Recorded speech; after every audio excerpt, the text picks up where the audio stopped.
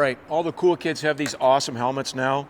Great paint job. This is Kennedy's Blue Water Hawks helmet and the Dangler. Cool stickers, no rebounds. Smart guy invented those.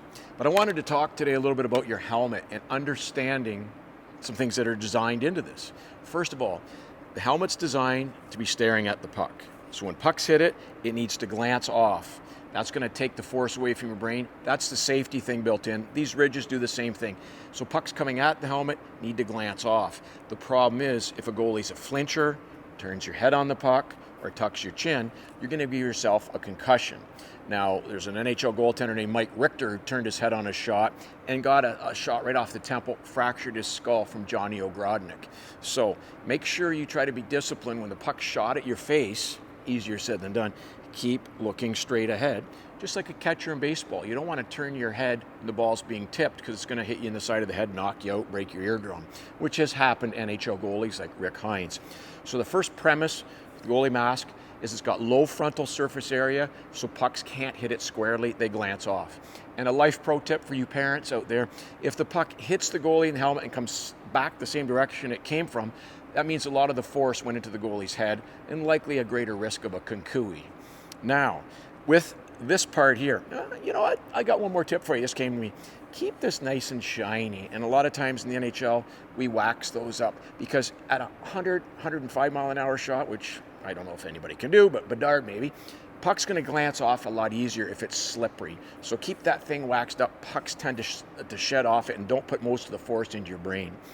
Next thing, the cage. Now, I always ask kids this, and I want them to tell me, do you want the bars to dent or not? And they're like, no, we don't want the bars to dent. And I said, you know what? If you get hit here and there's no denting of the bars, all the force is going into your brain. Think of a NASCAR driver racing around the track. If their truck or a car doesn't disintegrate when it hits the wall, the driver dies. By bending and giving, the mask is sacrificial. It gives in and takes some of the force of the puck. Instead of going in your brain, it puts it into the cage. They're replaceable. Your brain isn't.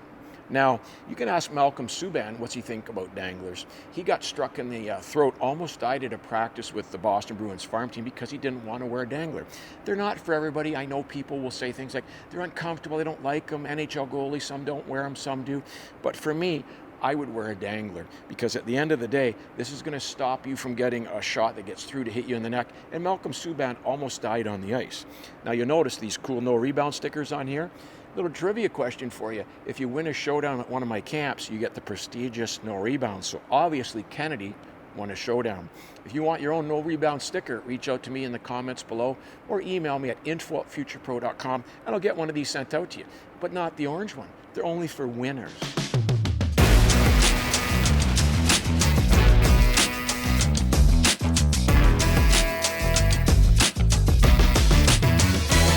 Montreal is the most penalized team in the NHL right now, Dan, averaging 23.8 penalty minutes per game. So you need to take advantage of it, and they do.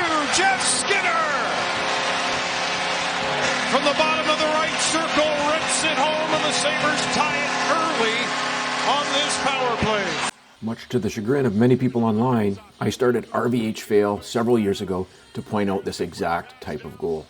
Here Jake Allen, for some reason, inexplicably, drops to the RVH when a guy's gapped, he's above the bottom of the circle, and guys in the NHL can hit that all day long.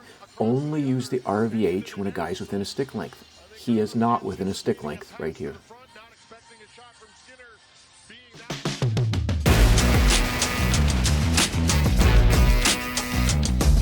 Takes a look at the net.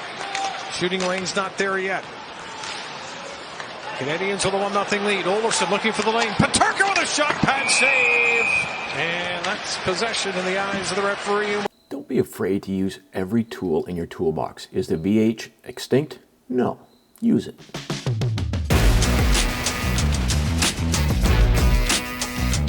Bring it back for Tanner Pearson. He'll get it up center ice. Take the return pass. Left side. Pearson in the Sabres zone. Sweeps that one in front. And Comrie got the pad down, but it squeaks in. Gallagher.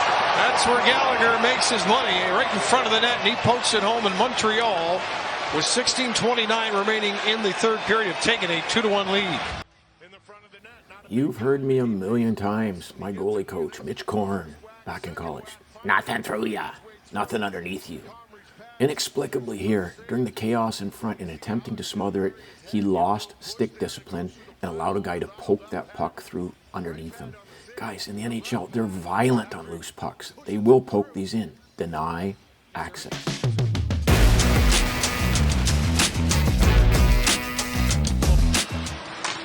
Power will just dump it to the far corner as Suzuki might have got a piece of that one. Now the puck comes in front, and a save by Comrie there on Michael Pezzetta as he got to it.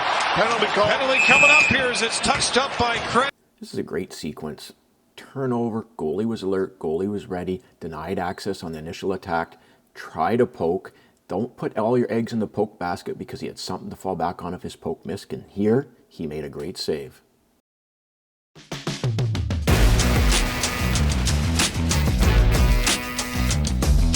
Gergensen, he pulls his way down the left board. So much so that he loses the bonnet. He's got to go to the bench. Kyle Pozo. He and Jost.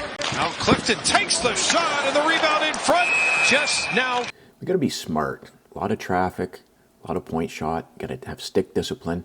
And he makes a smart play on not trying to recover, creating holes. Stay down sometimes.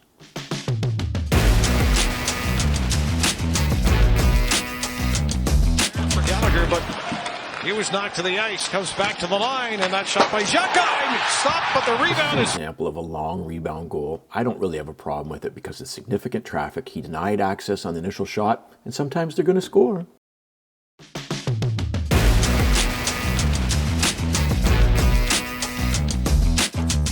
Montreal defenseman here so far this year. Here's Caulfield. Intercept, sends it to the front of the net. Good patch save. There's a lot of great teaching cues here. Here we see an attacker. Stick is in front, the classic deking position. Quick turnover breakaway. Goaltender gets to the top of the crease, gets down over the puck, stacks his glove, and slides ahead of the post, jamming the guy. Great save.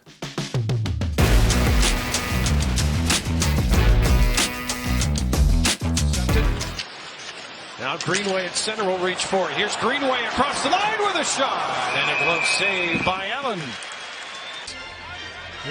Here's the important read. He's got no options, no time and space. He's shooting. Get your depth. Look at how far Allen's out here. Great save.